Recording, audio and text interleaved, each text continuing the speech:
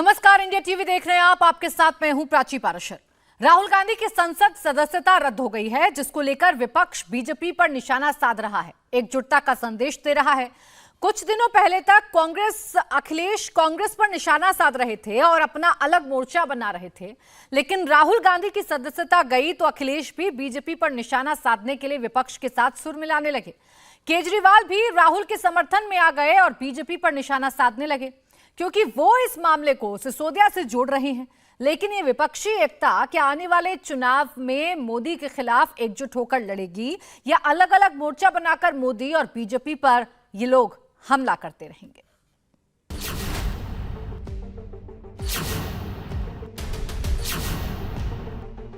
राहुल गांधी की संसद सदस्यता गई तो गठबंधन बनने लगा।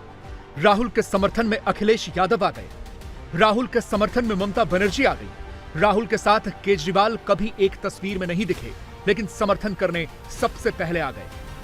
कॉन्स्पिरेसी है और सच बोलने वालों को या उनके जो पोल खोलने का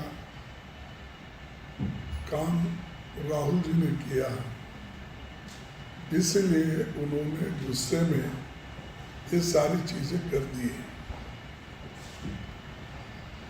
राहुल जी तो सबसे बड़ा मुद्दा आधारी का उठाया। सवाल यही है कि क्या राहुल गांधी का पॉलिटिकल करियर खत्म होने वाला है?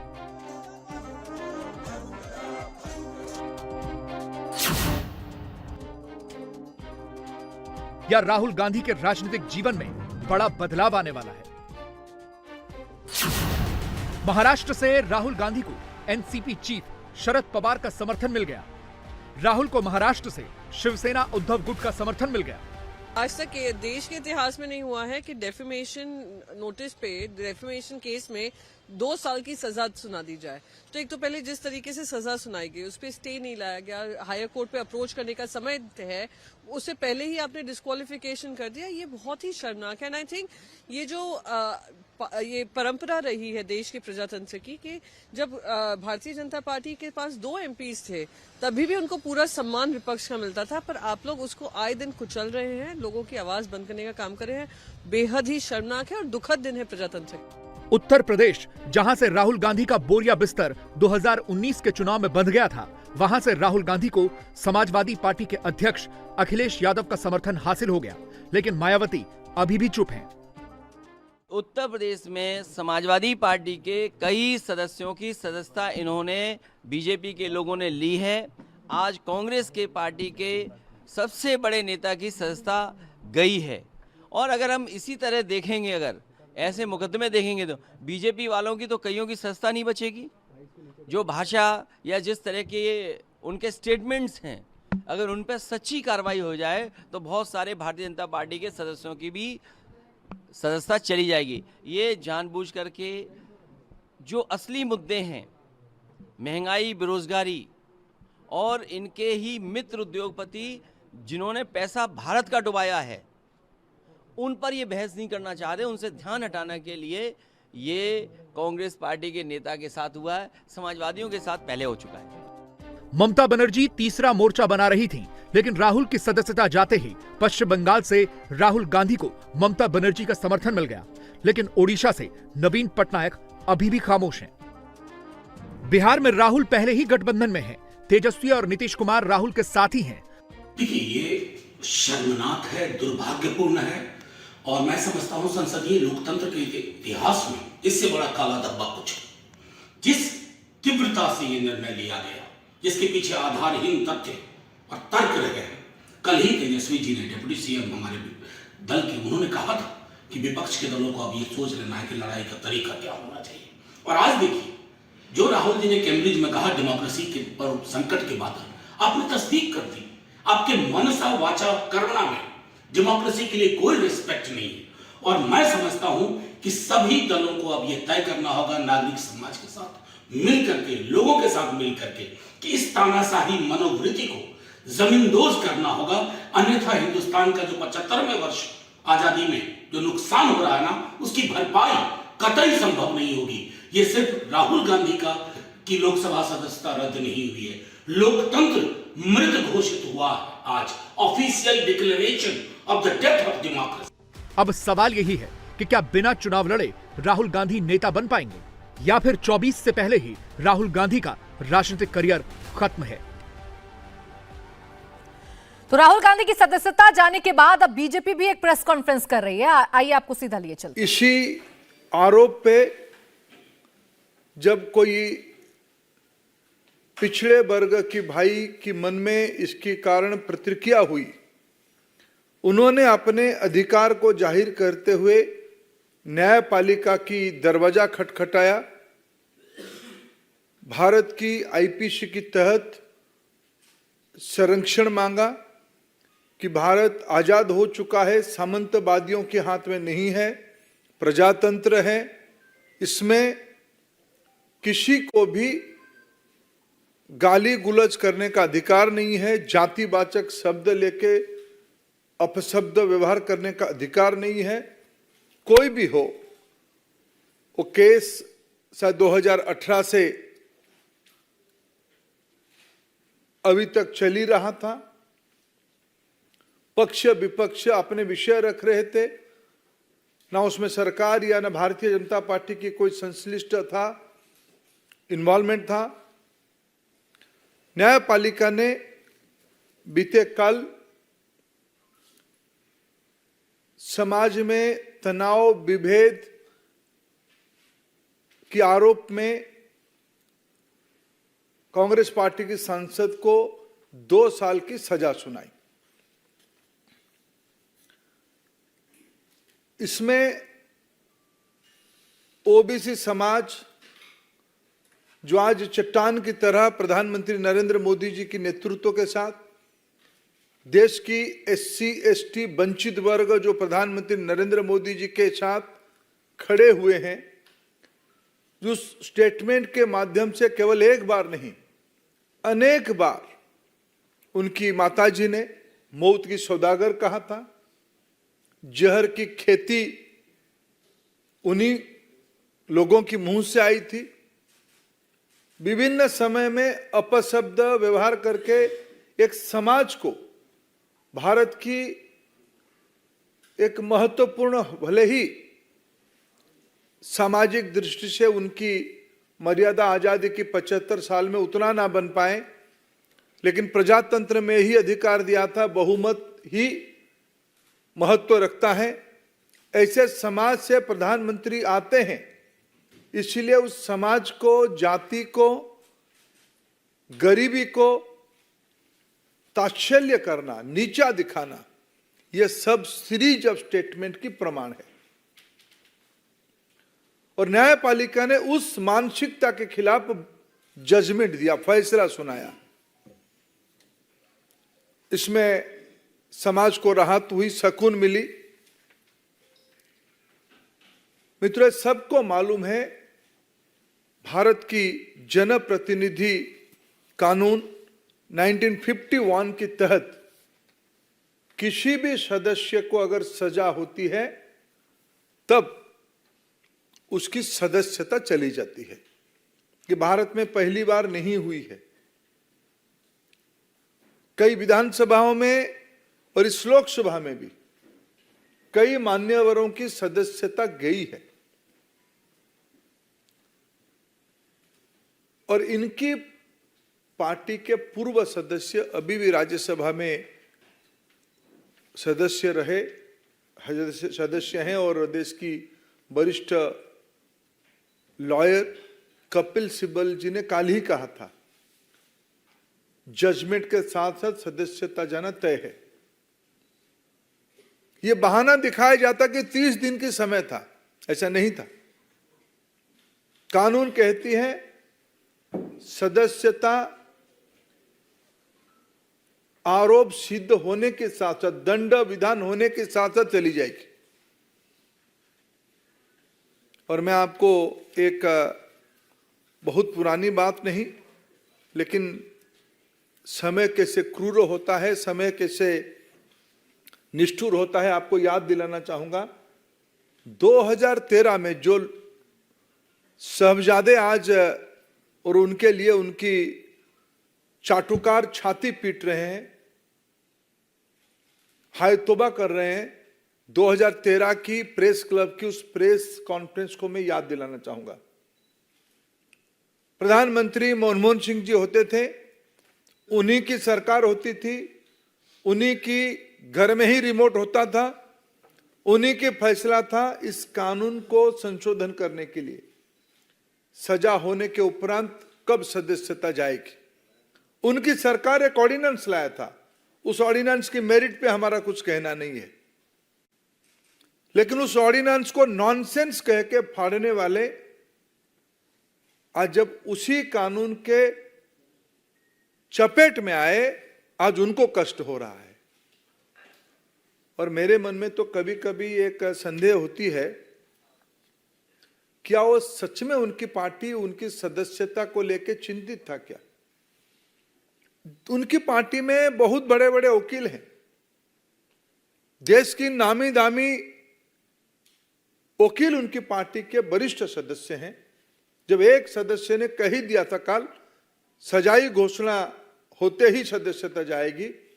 आप कुछ दिन पहले आप लोगों के माध्यम से देश देखा है, पवन खेरा जी की वारंट के चंद घंटों में बाद, 1-2 घंटे के बाद वो कोर्ट की दरवाजा खटखटाए, कोर्ट से रिलीफ लेके गए। उनको कौन मना किया था पिछले 24 घंटे में कोर्ट जाने के लिए?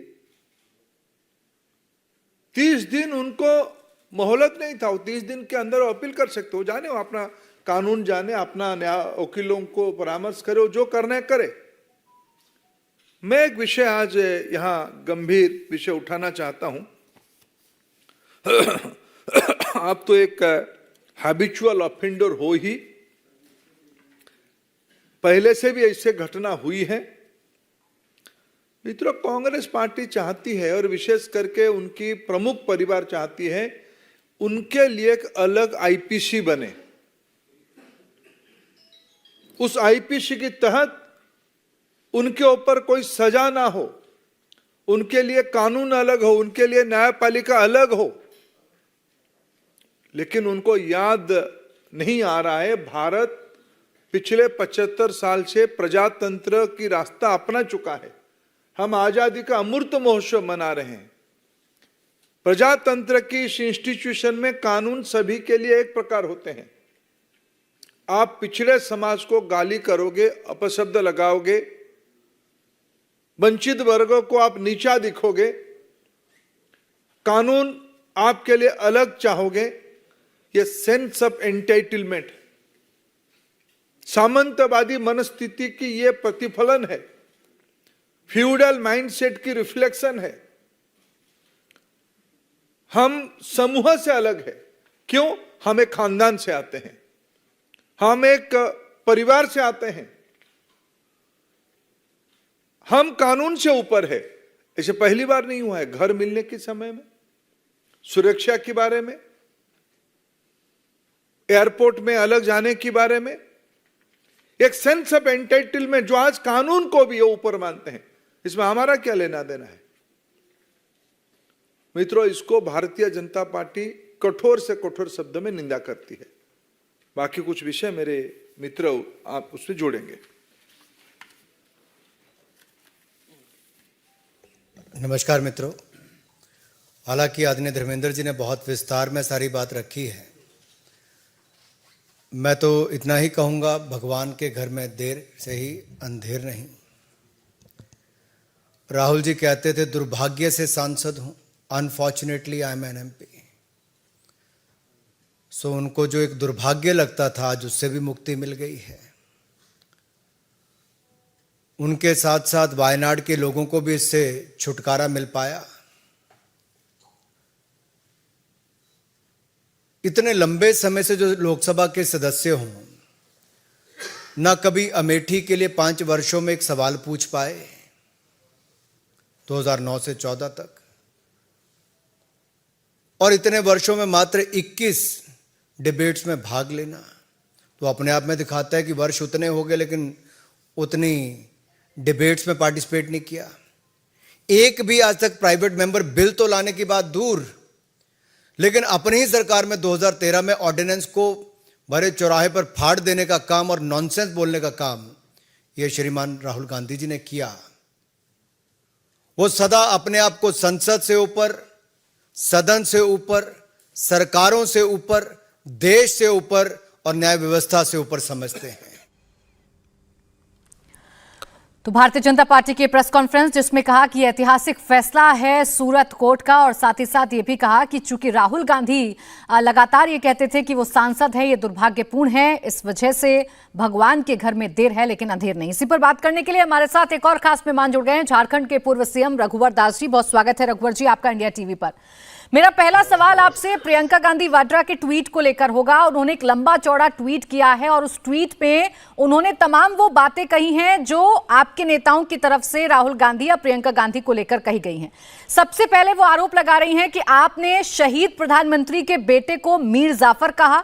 आप पूरी तरीके से तानाशाह हो चुकी है आपकी पार्टी और आपकी सरकार। देखिए, भारत का संविधान के प्रस्तावना को अगर हम देखें तो सबसे पहले इस प्रस्तावना में सामाजिक न्याय, और इसी सामाजिक न्याय के तहत देश में वर्षों से विभिन्न समाज के वर्ग, संप्रदाय, अनेक रीति रिवाज, परंपरा को मानने वाले लोग, जो हम कहते भी है अनेकता में एकता, भारत की यही विशेषता है। माननीय राहुल जी सांसद बनने के बाद उन्होंने भारत की संविधान का शपथ लिया, और संविधान का शपथ लेते हुए भी जिस तरह उन्होंने भारत का संविधान का अपमान किया और समाज का एक बहुत बड़ी आबादी जो देश में 80 से 85% जो पिछड़ी जाति है, तो पिछड़ी जाति के एक तेली समाज को उसने चोर कहा। इससे निश्चित रूप से देश के करोड़ों पिछड़ा समाज को काफी तकलीफ हुई। उस समय भी हम लोग ने प्रदर्शन किया था, और उसी संदर्भ में गुजरात के सूरत के एक न्यायपालिका, और भारत का संविधान ही न्यायपालिका को गठित करती है, और उसी न्यायपालिका के आधार पर 4 वर्ष तक दोनों पक्ष की सुनवाई होने के बाद सजा सुनाई गई, और सजा के अनुरूप जो 2013 का जजमेंट के अनुसार जैसे ही 2 साल या 2 साल से अधिक किसी भी जनप्रतिनिधि जो आपराधिक कृत्य में पाए जाते हैं सजा होती है तो उसकी सदस्यता समाप्त हुई, और उसी निमित्त आज माननीय राहुल गांधी जी की सदस्यता समाप्त। ठीक है, लेकिन रघुवर दास जी, प्रियंका गांधी आपसे अब ये भी सवाल पूछ रही हैं। उन्होंने जो ट्वीट किया है बाकायदा उन्होंने मेंशन किया है कि मेहुल चौकसी पर, नीरव मोदी पर, भ्रष्टाचार पर राहुल गांधी ने सवाल उठाए तो उनकी सदस्यता रद्द कर दी गई, उनको डिस्क्वालीफाई कर दिया गया। लेकिन जब उनके अपने परिवार पर सवाल उठाए गए, जब नेहरू सरनेम को लेकर सवाल किया गया, कश्मीरी पंडित का अपमान किया गया, तब तो कोई डिस्क्वालीफाई नहीं हुआ, तब तो कोई केस दर्ज नहीं हुआ, तब तो किसी कोर्ट में इतनी तेज सुनवाई हुई नहीं। तो माननीय प्रियंका गांधी जी को अगर इस तरह की बात सुनाई दी या फिर उस समाज के लोग कोई सुने होंगे तो उनको भी मानहानि की केस करनी चाहिए थी। इस तरह झूठ फरे की बातें कर लोगों को, देश की जनता को गुमराह करने का काम कांग्रेस पार्टी ना करे। कांग्रेस पार्टी को अब देश की जनता से, पिछड़ों की जनता से, पिछड़ा विरोधी कांग्रेस को देश की जनता से माफी मांगनी चाहिए।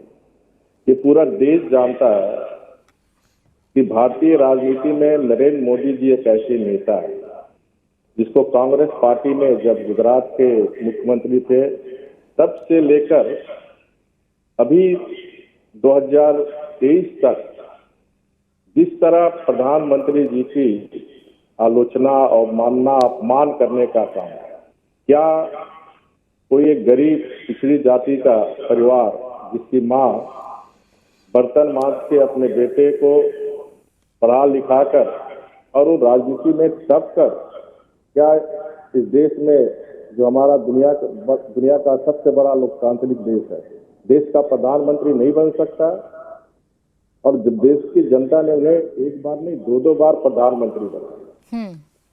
तो ये कांग्रेस पार्टी सोचती है कि जो 50-60 साल से राज की देश में, ये भारत की सत्ता में कांग्रेस पार्टी या नेहरू सोनिया गांधी खानदान का जन्मसिद्ध अधिकार है, ये उनकी भूल है।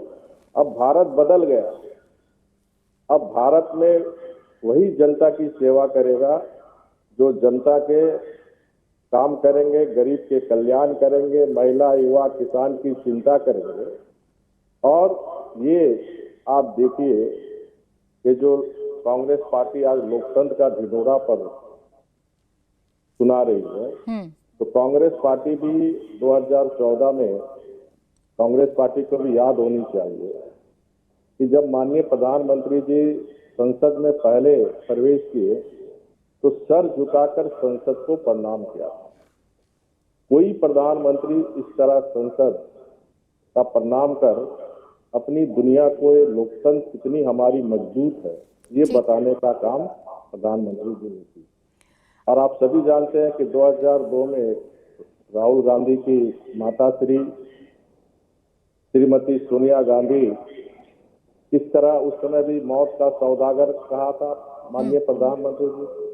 तो कौन है जो लगातार गुजरात से लेकर दिल्ली तक एक पिछड़ा समाज से आने वाले मोदी जी को जो ठीक है, मैं एक और रिएक्शन आपका लेना चाह रही हूँ। आखिरी सवाल रघुवर जी, सवाल इस बात को लेकर है कि आप परिवारवादी कह रहे हैं कांग्रेस पार्टी को, प्रियंका गांधी कह रही हैं कि आप मुझे परिवारवादी कहते रहिए, लेकिन जान लीजिए मेरे ही परिवार ने भारत के लोकतंत्र को अपने खून से सींचा है। देखिए, सिर्फ नेहरू परिवार नहीं, इस देश के लाखों लोग, हमारे झारखंड के भगवान बिरसा मुंडा, सिद्धू कानू, तिलका मांझी, नेताजी सुभाष चंद्र बोस, भगत सिंह, महात्मा गांधी, अनेक तरीकों और लाखों लोगों ने इस देश की आजादी के लिए कुर्बानी दी। ये 50-60 साल से लोगों को यही भ्रमित करते रहेगा कि एक ही परिवार देश को आजादी दिलाई।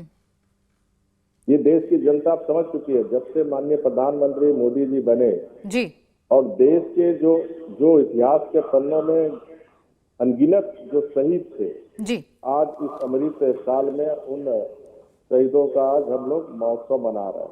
तो अब देश की जनता जान गई है, इन्होंने महापुरुषों, देश के स्वतंत्रता सेनानियों में भी भेदभाव करने का काम किया, ये अब देश की जनता समझ रही है। ठीक है रघुवर दास जी, पार्टी को ये बात समझनी चाहिए कि अब कांग्रेस को देश की जनता स्वीकार करने में। चलिए 2024 को लेकर आगे लाइन लेंथ क्या तय हो रही है, ये अब दोनों ही पार्टियों की तरफ से बयानों के जरिए तो कम से कम समझ में आ रहा है। बहरहाल बहुत शुक्रिया आपका रघुवर दास जी, हमारे साथ जुड़ने के लिए, हमसे बात करने के लिए। राहुल गांधी की लोकसभा सदस्यता जाने के बाद अब कई सारे सवाल हैं।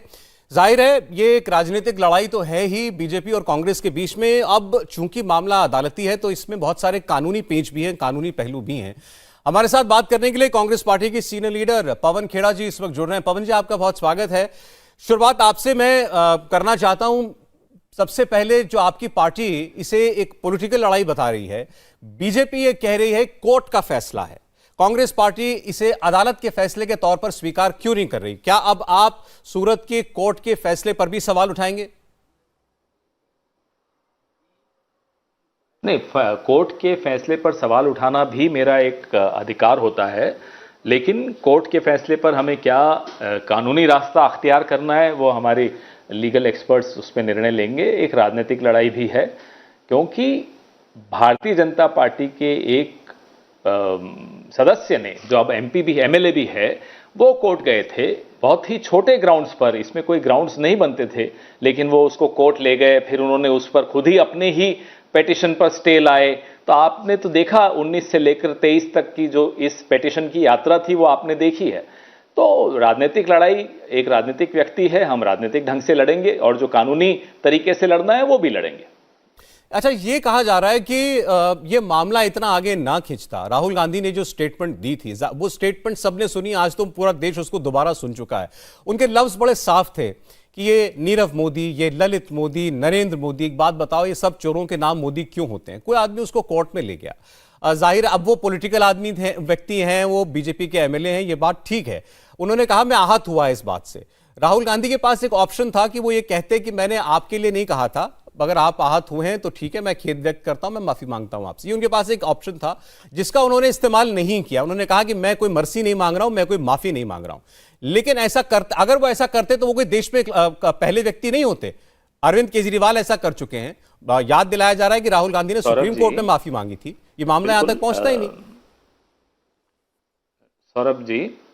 सौरभ जी, सुप्रीम कोर्ट को गलत ढंग से कोट करने के लिए माफी मांगी। कोई सुप्रीम कोर्ट में हम राफेल पे गए नहीं थे, ना राहुल गांधी गए थे राफेल पर सुप्रीम कोर्ट में, ना कोई और कांग्रेस का नेता गया था। रही बात इस पर्टिकुलर केस की जिसके हम चर्चा आज कर रहे हैं, डेफेमेशन का जो लॉ है वो बड़ा स्पष्ट है। वही व्यक्ति कंप्लेनेंट हो सकता है जो खुद जिसका नाम बाय नेम जिसको बोला गया हो। तो ये तो खैर केस नहीं बनता, उस पर जो हमें करना है वो हम करेंगे। माफी क्यों मांगे? हमने तो ये नहीं कहा कि सारे मोदी चोर हैं, ये तो कहीं नहीं, कभी नहीं कहा। लेकिन जो लोग यहां से पैसा लेकर भाग गए उनका नाम भी न लें, ये बचाया उनको जा रहा है। राहुल गांधी पर जो निशाना है ना, ये निशाना इसलिए है कि राहुल गांधी लगातार नरेंद्र मोदी जी के जो रिश्ते हैं, हमारे मेहुल भाई से जो रिश्ते हैं, गौतम भाई से जो रिश्ते हैं, और उस वक्त राफेल का जब मामला चल रहा था तो अनिल भाई से जो रिश्ते थे, वो सारी बात हम बार बार राहुल गांधी इनको आईना दिखाते हैं। तो ये दो काम हो रहे हैं, एक तीर से दो निशाने हो रहे हैं। अपने दोस्तों को बचाया जा रहा है और जो राजनीतिक प्रतिद्वंदी हैं उनका मुंह बंद करने की कोशिश की जा रही है। अच्छा, ये भी आपके नेता आरोप लगा रहे हैं कि सूरत में जज को बदला गया, यानी जुडिशरी में भी किसी तरीके की दखलंदाजी की गई, तब जाकर के इस वर्डिक्ट तक पहुंचा गया। यानी कि इस सरकार ने जुडिशरी की भी बाह मरोड़ी किसी तरीके से, ताकि राहुल गांधी की को 2 साल की अधिकतम सजा दिलवाई जाए, ताकि उनकी सदस्यता रद्द कराई जा सके। उस पे सौरभ जी मैं ज्यादा नहीं बोलूंगा। आप खुद सुन रहे हैं रोज क्या बात हो रही है। आपने खुद देखा पिछले हफ्ते किस तरह से कानून मंत्री ने टिप्पणी की। आपने देखा कि आज से 25 दिन पहले आरएसएस के मुखपत्र ने लिखा कि जुडिशरी राष्ट्र विरोधी ताकतों के हाथ का, सुप्रीम कोर्ट, जुडिशरी नहीं, सुप्रीम कोर्ट राष्ट्र विरोधी ताकतों के हाथ का एक टूल बन गया। ये आरएसएस के 5 जनवरी का मुखपत्र में जो छपा था वो है। आपने देखा पिछले हफ्ते कानून मंत्री ने किस तरह की टिप्पणी की जजेस पर, रिटायर्ड जजेस पर। आपने देखा कि किस तरह से चीफ जस्टिस ऑफ इंडिया ने उसका जवाब दिया। तो इस पर मैं ज्यादा बोलूं ये अच्छा नहीं है। सब पूरा देश सुन रहा है कैसे जुडिशरी को ये लोग अंडरमाइन करने की कोशिश कर रहे हैं, कंट्रोल करने की कोशिश कर रहे हैं। और ये एक जो लोकतंत्र को बचाने की लड़ाई है उसमें जुडिशरी एक बहुत महत्वपूर्ण हिस्सा है, मीडिया एक और बहुत महत्वपूर्ण हिस्सा है, अफसर, ब्यूरोक्रेसी, अफसरशाही ये एक और, न्यायपालिका, कार्यपालिका, ये तमाम लोग जो खतरा और प्रश्न चिन्ह लग रहे हैं, उसी पर तो आवाज राहुल गांधी उठा रहे हैं लगातार। अच्छा, बीजेपी इस मुद्दे को इस तरीके से पेश कर रही है कि राहुल गांधी ने नरेंद्र मोदी का अपमान नहीं किया था, या जब वो मोदी कह रहे थे तो कुछ लोगों का अपमान नहीं किया था, उन्होंने एक समाज का अपमान किया था। किसका अपमान किया था? पिछड़े वर्ग का अपमान किया था। मोदी कहकर ओबीसी समाज का अपमान किया था। सौरभ भाई, क्या नीरव मोदी ओबीसी हैं या पिछड़े समाज से आते हैं? चलिए 2 मिनट के लिए मान लेते हैं आपकी बात सच है।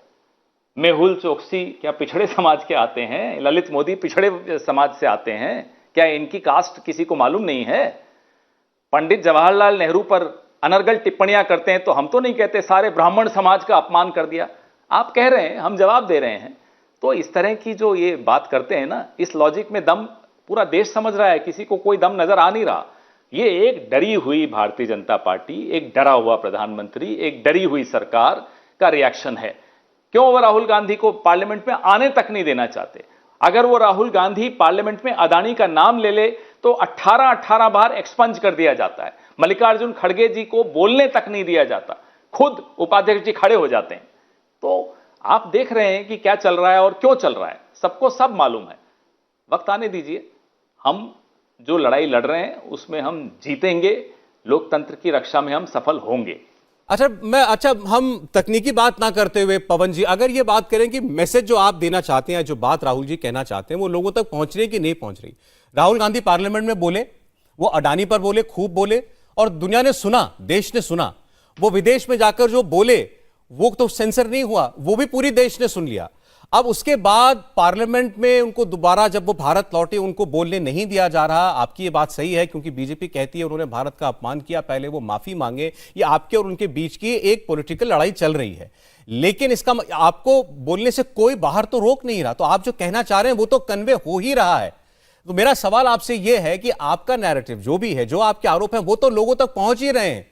तो ये आरोप कि राहुल गांधी को बोलने से रोकने के लिए ये पूरा षड्यंत्र रचा गया कि इनकी पार्लियामेंट की सदस्यता ही रद्द कर दो, ये समझ में नहीं आता। मैं बताता हूं, जेपीसी की मांग से सबसे ज्यादा घबराया हुआ वो व्यक्ति है जो आज से 4 महीने पहले शायद 18 घंटे तक जागते थे, अब 24 घंटे जाग रहे हैं। उनकी नींद उड़ चुकी है। जेपीसी की मांग इनको सबसे ज्यादा परेशान कर रही है और ये चाहते हैं, क्योंकि सबसे अग्रसर, सबसे अग्रणी नेता अगर कोई है जेपीसी की मांग करने में तो वो राहुल गांधी है। वो दबाना चाहते हैं, इनको डराना चाहते हैं। वो चाहते हैं कि हम ट्रेड ऑफ करें। आपको तो मालूम ही है किस तरह से बैक चैनल करने की कोशिश की हमारी पार्टी के साथ कि आप जेपीसी की मांग पीछे हटा लीजिए, हम उनका अपॉलॉजी वाली बात खत्म कर देते हैं। ये इस तरह से कोई सौदेबाजी होती है? तो लोकतंत्र है, चर्चा करिए। हम जेपीसी की मांग कर रहे हैं, हमारे वक्त भी जेपीसी हुई थी, अटल जी ने भी जेपीसी बनाई थी, बैठाई थी या नहीं बैठाई थी, वो तो नहीं घबराए थे जेपीसी बैठाने से। ही क्यों डर रहे हैं जेपीसी बैठाने से? डर किस बात का है? क्या बात निकल कर आ जाएगा? जेपीसी में भी आपके सदस्य ज्यादा रहेंगे भारतीय जनता पार्टी के। इनको डर यह है कि जो ही जेपीसी बैठती है, तमाम कागज, सेबी का क्या रोल रहा, आरबीआई का क्या रोल रहा, बैंकों का क्या रोल रहा, अन्य विभागों का क्या रोल रहा, मंत्रालयों का क्या रोल रहा, वो सब कुछ टेबल पर आना पड़ेगा। इनको डर इस बात का है। नहीं, मेरा सवाल ये नहीं है पवन जी, मैं कह रहा हूं जेपीसी होगी, जो निकलेगा वो निकलेगा।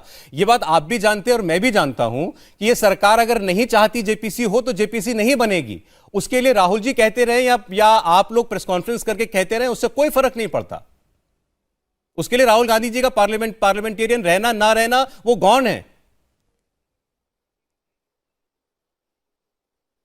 देखिए, अभी बादशाह सलामत को के अहंकार को चोट पहुंचती है।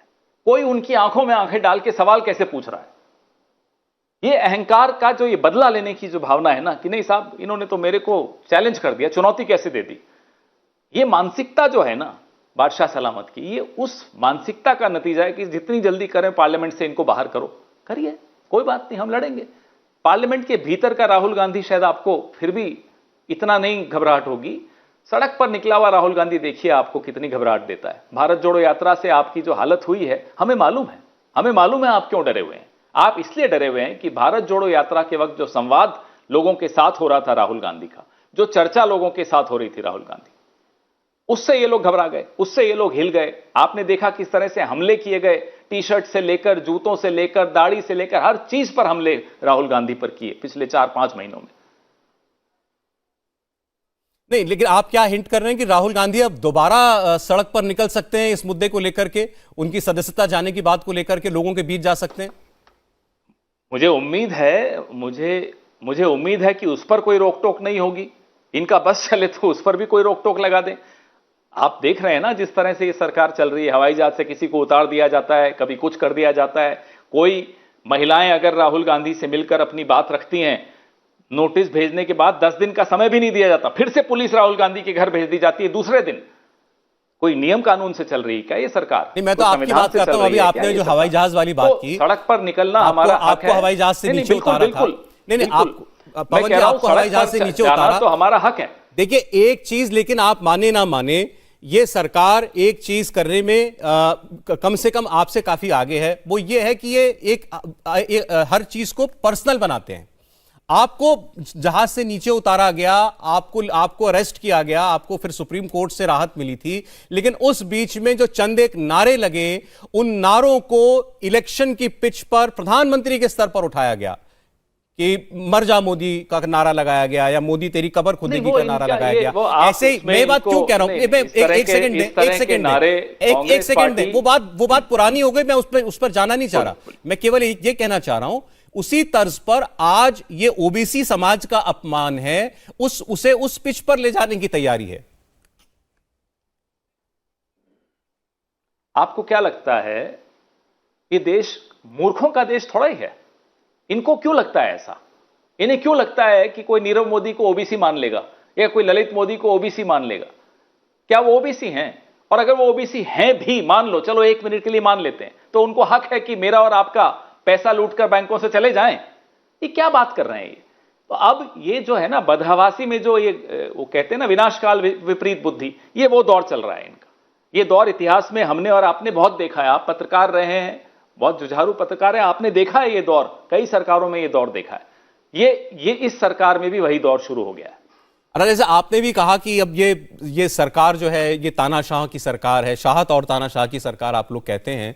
मैं और आज बहुत सारे पॉलिटिकल लीडर्स को ऑपोजिशन के सुन रहा हूं, वो यही बात कह रहे हैं।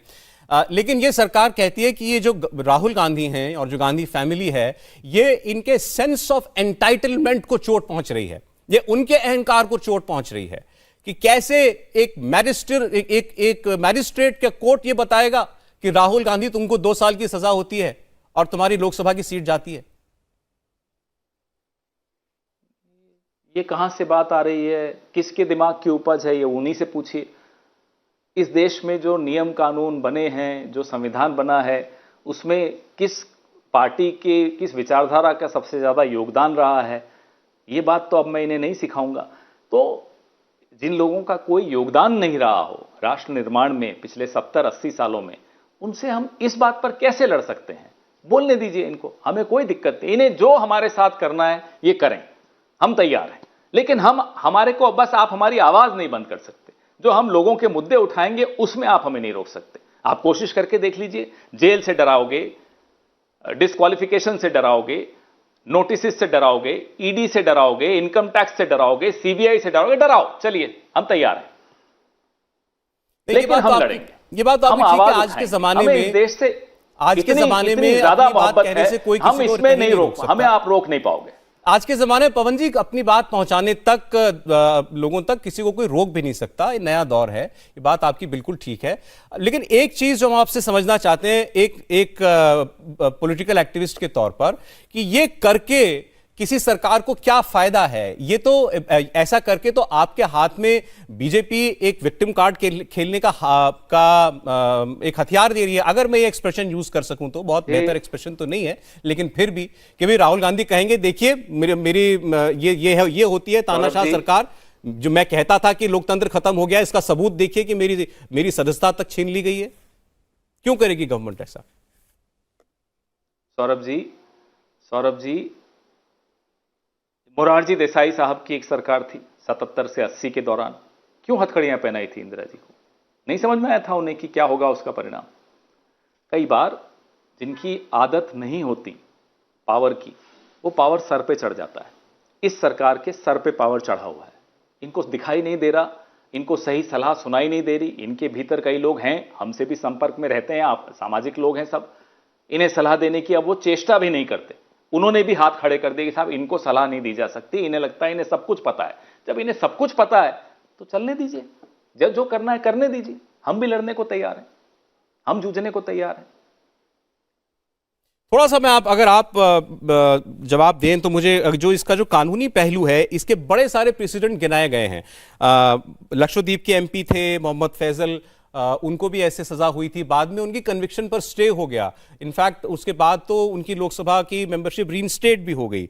आजम खान वो इस तरह डिस्क्वालीफाई हुए थे, लालू यादव इस तरह डिस्क्वालीफाई हुए थे, बीजेपी के खुद के एक एमएलए इस तरीके से डिस्क्वालीफाई हुए थे। तो बीजेपी कह रही है कि अब राहुल गांधी इसको पेश कर रहे हैं जैसे वो भारत के इतिहास में या भारत के पार्लियामेंटेरियन हिस्ट्री में पहले व्यक्ति हैं जिनके साथ ऐसा हो रहा है। नहीं, हम तो कुछ ऐसा नहीं पेश कर रहे। हम तो कह रहे हैं साहब आने दीजिए, आपको जो करना है करिए। हम तो ये कह रहे हैं, हमने नहीं कहा हम पहले हैं या अंतिम हैं। हम जब तक ये लड़ाई लड़ी जाएगी, हम आपको अंत तक दिखेंगे, बस हम ये इतना बोल रहे हैं। इतनी गुजारिश है, इससे ज्यादा कुछ नहीं। वो अधिकार आपके लिए नहीं कह रहा मैं, वो अधिकार नरेंद्र मोदी जी या अमित शाह जी, जिनको हम शाह और शहनशाह कहते हैं, नहीं छीन सकते। हम लड़ते हुए दिखेंगे। गिर जाएंगे तो अलग बात है, मर जाएंगे अलग बात है, लेकिन लड़ेंगे। जब तक सांस है तब तक हम लड़ेंगे, आवाज उठाते रहेंगे, सवाल पूछते रहेंगे। पवन खेड़ा जी, बहुत शुक्रिया आपके समय का और इंतजार रहेगा आपके अगले कदम का। बहुत धन्यवाद। पवन खेड़ा अपनी पार्टी की स्थिति बिल्कुल स्पष्ट तौर पर रख रहे हैं। राजनीतिक तौर पर भी लड़ेंगे, सड़क पर भी लड़ेंगे, कानूनी तौर पर भी लड़ाई को जारी रखेंगे। उनका यह आरोप है कि सरकार अभी समझ नहीं रही है कि उसके इस रवैये का अंजाम क्या होगा। इंडिया टीवी हर वक्त हर जगह डाउनलोड करने के लिए सर्च करें India TV news Google play store या ऐप स्टोर पर।